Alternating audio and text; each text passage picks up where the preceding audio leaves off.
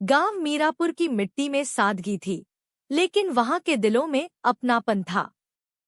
इसी गांव में मंधूर नाम का एक गरीब किसान अपनी बेटी चंपा के साथ झोपड़ी में रहता था। चंपा उसके जीवन की आखिरी उम्मीद थी। मां के देहांत के बाद चंपा ने ही पूरे घर को संभाल रखा था। एक सुबह चंपा खेत में काम कर रही थी और मंधूर पानी लाने गया था। मंधूर थकी आवाज में, चंपा बिटिया, अब तू भी थोड़ी देर आराम कर ले। ये खेत तो हमेशा ही रहेंगे, लेकिन तू थक गई तो कौन रहेगा मेरा सहारा। चंपा मुस्कराते हुए, बाबा, जब तक आपकी बेटी है, आपको कोई चिंता करने की जरूरत नहीं। चलो, अब आप बैठो, मैं बाकी काम देख लूंगी। उधर महल में राजा वीरेंद्र सिंह बीमार थे। राजकुमार अर्जुन को राज्य के काम में लगना था, लेकिन उसकी मां रानी कौशल्या चाहती थी कि पहले उसका विवाह हो जाए। रानी कौशल्या, अर्जुन बेटा, अब वक्त आ गया है कि तुम अपने जीवन साथी को खोजो। तुम्हारे पिताजी चाहते हैं कि एक सच्ची, ईमानदार और गरीब घर की लड़की को बहू बनाया जाए, ताकि वह राजमहल को भावनाओं से भर दे। रानी कौशल्या गंभीर होकर, ऐसी एक लड़की है इस राज्य में जिसकी आंखों में सच्चाई और हाथों में मेहनत की लकीरें हैं।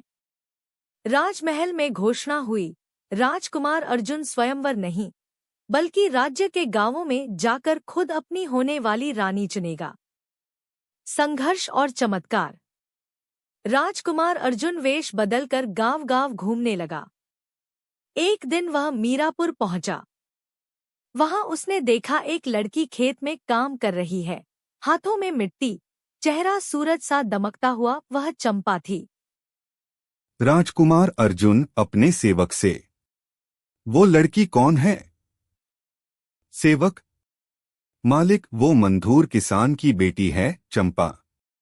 सारी सुबह खेत में मेहनत करती है और शाम को अपने बूढ़े बाप की सेवा करती है।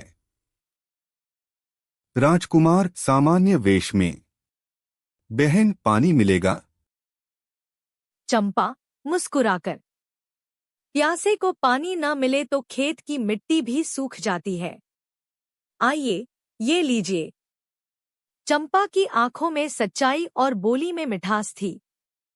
अर्जुन उसी दिन समझ गया, यही वो लड़की है जिसे रानी कौशल्या खोज रही थी।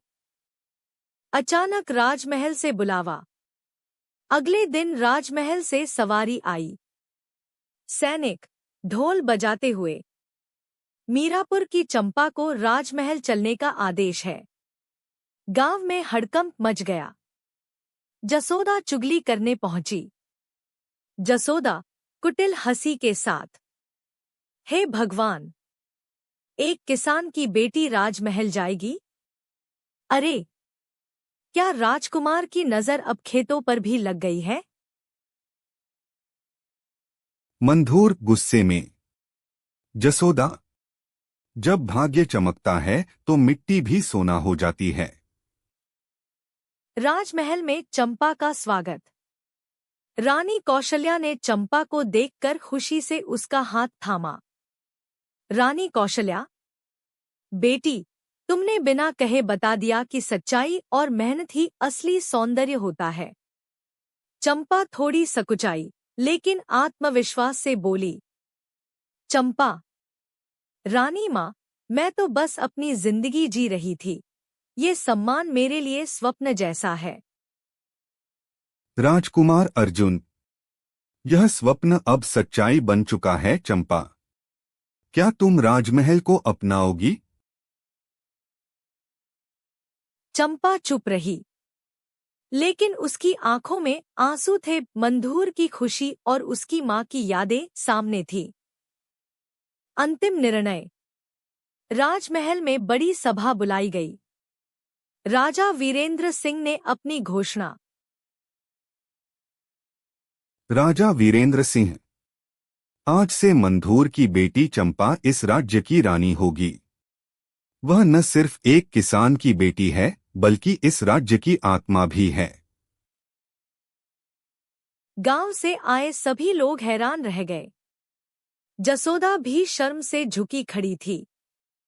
जसोदा धीरे से बुदबुदाते हुए, जो भाग्य लिखे वो मिटा नहीं सकता कोई, और जो मिट्टी में भी फूल खिला दे वही असली रानी है। समापन। चंपा अब रानी चंपा बन चुकी थी, लेकिन उसने अपनी सादगी और सेवा भाव नहीं छोड़ा।